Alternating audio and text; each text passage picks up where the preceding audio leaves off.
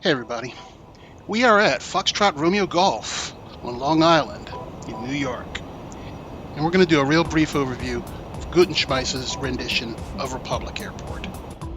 Up north at the departure end of runway 19er, we have the buildings for Nassau Flyers, the American Air Power Museum, and the Republic Jet Center, all recreated fairly accurately.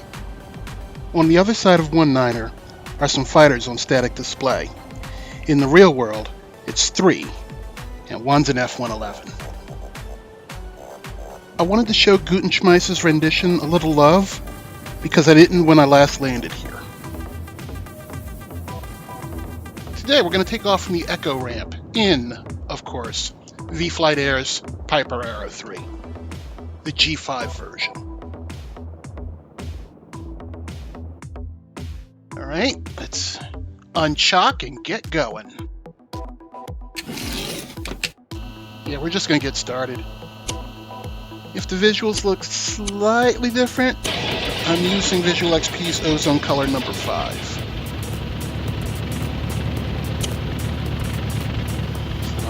In. Okay, this is our route today. We're taking off from Farmingdale, Public. We're going to go direct JFK VOR, followed by direct to the Colts Neck VOR, and then we're going to turn and head to Trenton, Mercer. Pretty simple. I already got in the ATIS, and it's calling for cloud bases of around 6,500. That doesn't look like 6,500 to me. Oh yeah, I turned on the labels for live traffic.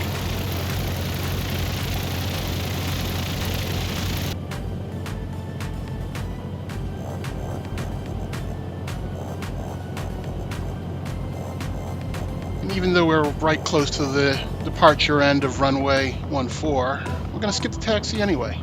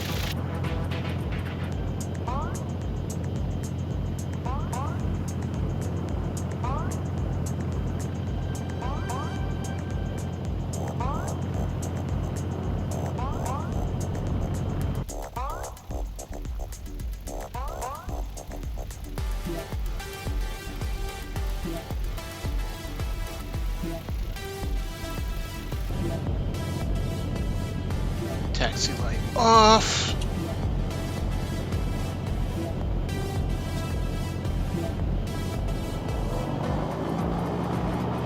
Generating takeoff power. And good to go.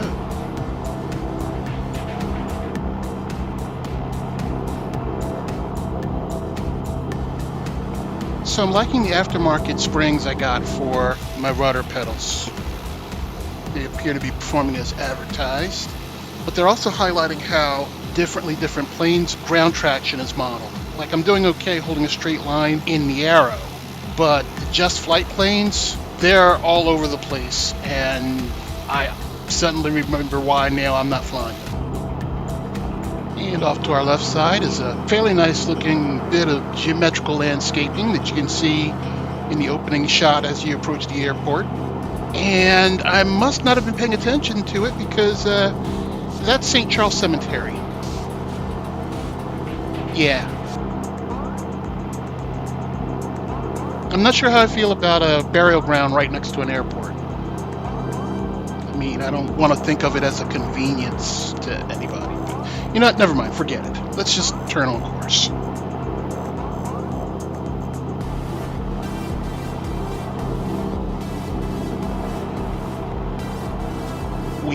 Heads up.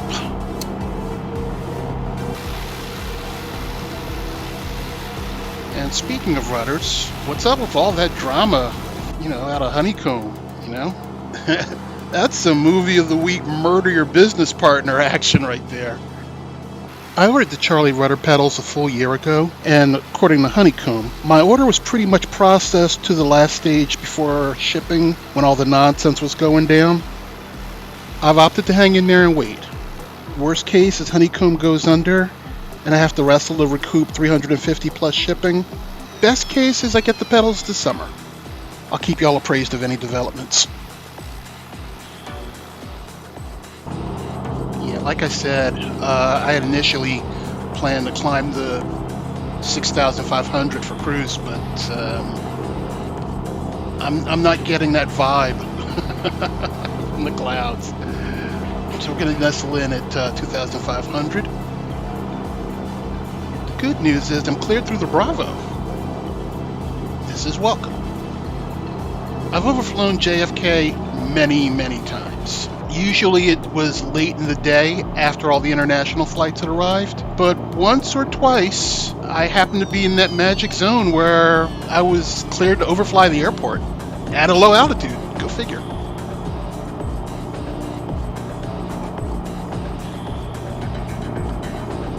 Normally I'd fly south to the beach, hug it all the way down, and zip under the VFR corridor, just to stay out of their way.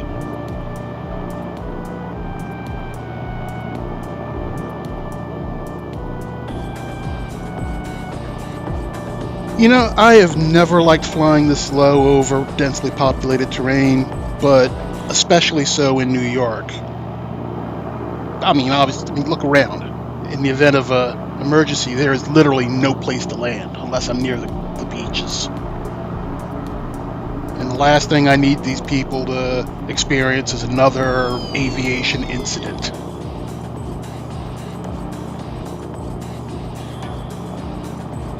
See, running at the mouth and got myself off course. Hang on for a second.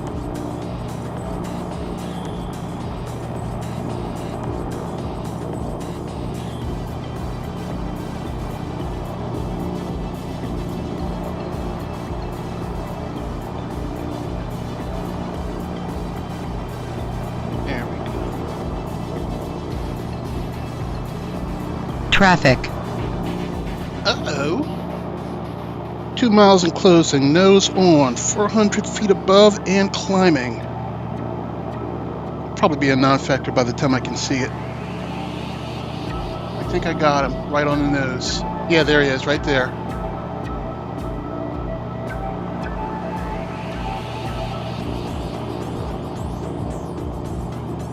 Well, if this isn't a New York Bravo moment.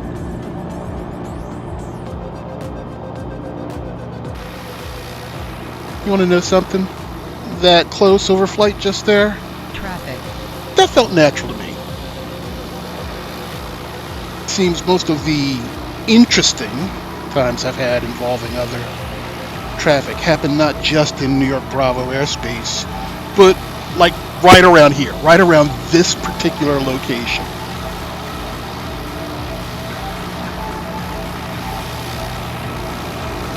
When we clear the Bravo, I'll tell you my favorite.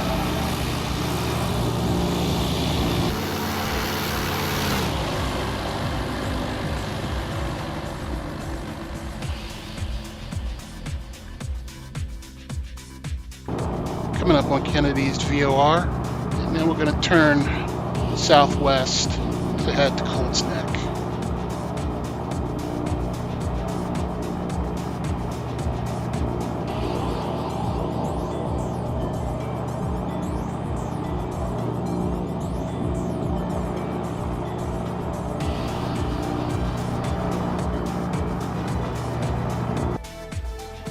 Here's Kennedy's VOR.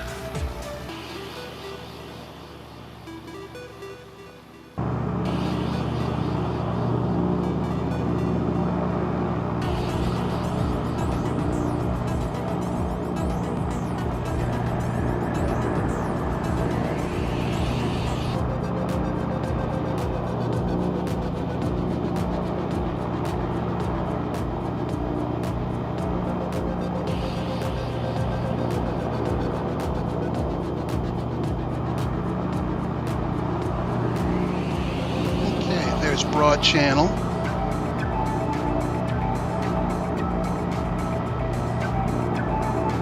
And the Veterans Memorial Bridge leading us right into Rockaway Beach.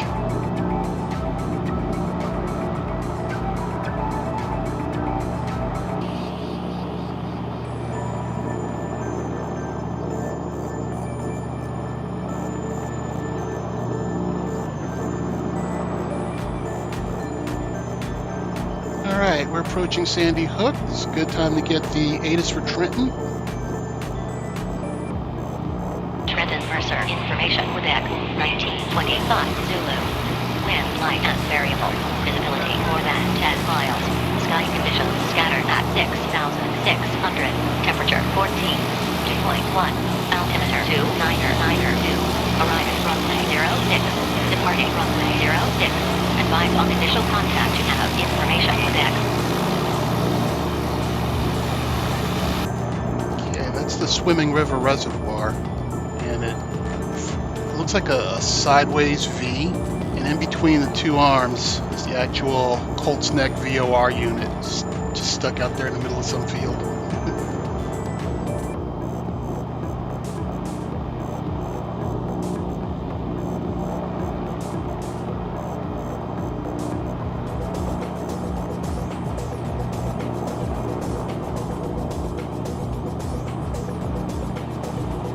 Why do I suddenly feel this irresistible compulsion to break out into a rousing course of Born to Run?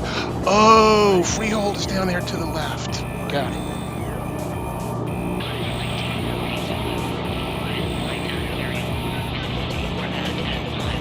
Okay, that's Mercer Lake. So close. And we are picking up Chester County Carlson's ATIS. Chester County is 75 miles away. Alright, some of you old-timers have heard this 1,000 times. Some of you new guys, buckle up. Real quick, I'm somewhere south of JFK between their VOR and Colt's Neck. I'm on the horn with New York departure. Young guy is at the controls. You can hear the Snickers wrapper in his hand. That's how young he sounds. Like a third of my age young. And he's got me on radar, and he's advising me of another radar return he's got. And he lets me know that an Embraer business jet just took off out of Teterboro. It's climbing. Its vector is projected to, cross mine, and we're going to be basically co-altitude. He doesn't issue any directions to deviate. This is an advisory. I'm looking towards Teterboro. Like I said, he's got us both on radar, and he's watching our radar returns converge, and he's calling out the separation. Warrior 502, 10 miles. Negative contact. I'm looking, don't see anything. Warrior 502, 7 miles. Negative contact. At this point, I'm getting nervous. Warrior 502, 3 miles. Negative contact.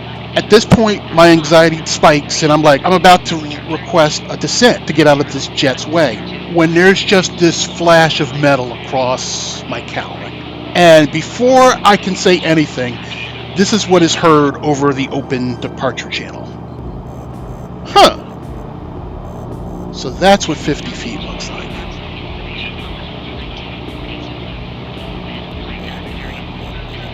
Punk.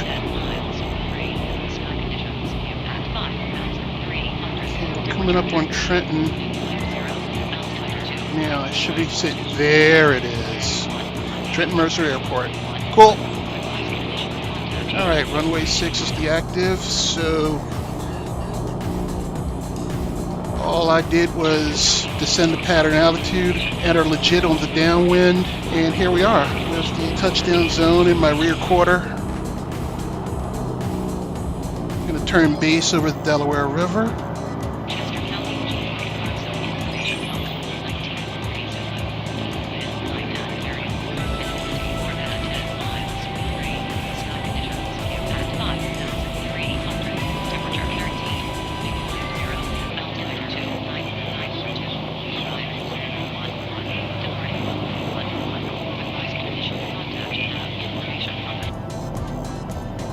Overflying Route 295 is my cue to turn base to final.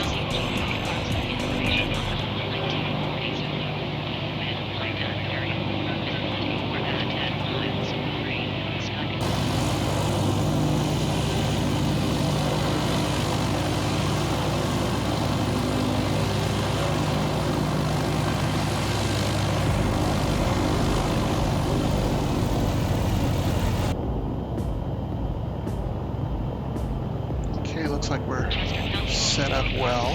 Just gotta come back a little more left.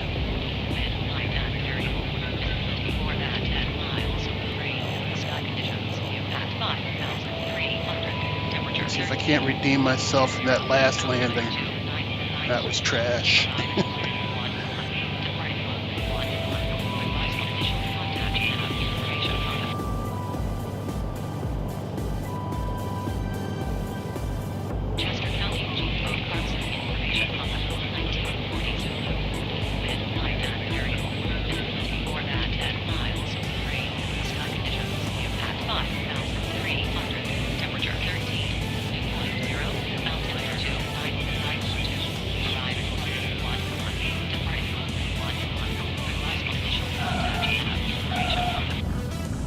Nice. So nice, as a matter of fact, that deserves a second look.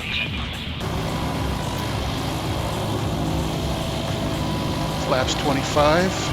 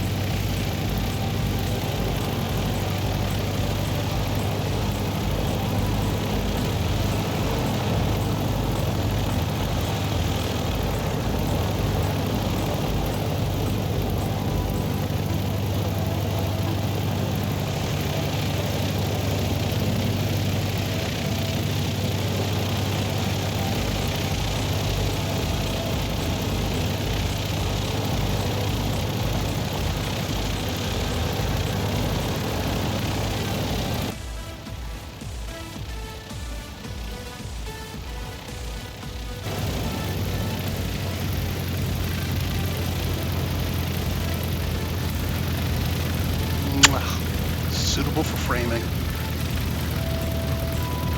If I didn't say so before, this rendition of Trenton was released in the middle of last month by a user named E. Osman, so we're going to give him the same love that we gave Farmingdale.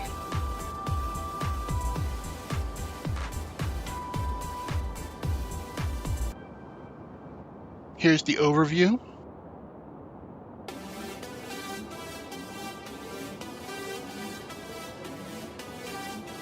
Down here is where Infinity Flight Group and ATP Flight School is located.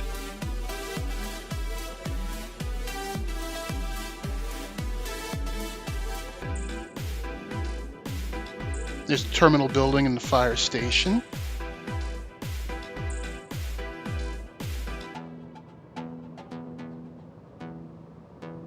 And we're approaching the FlightServe FBO with all those solar panels on the top. And Pfizer's aviation facility, this blue building here.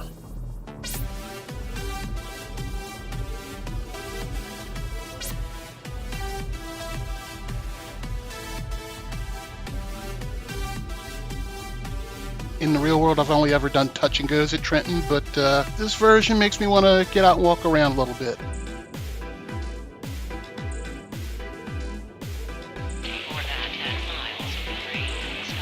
We didn't spend a whole lot of time setting up. I'm not going to spend a whole lot of time shutting down.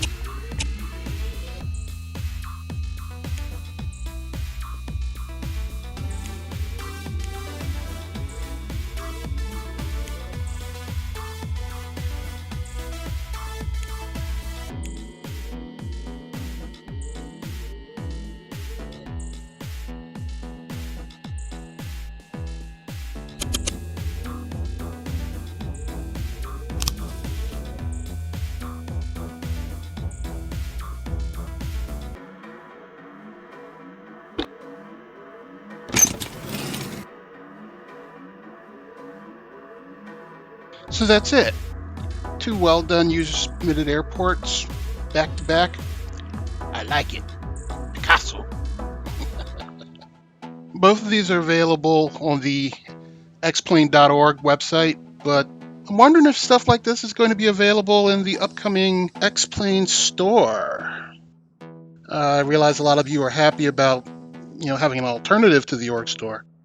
I've never had a problem with them myself, but a lot of you have. So I'm curious to see how this pans out going forward for the distribution of software like this. Okay, that's it.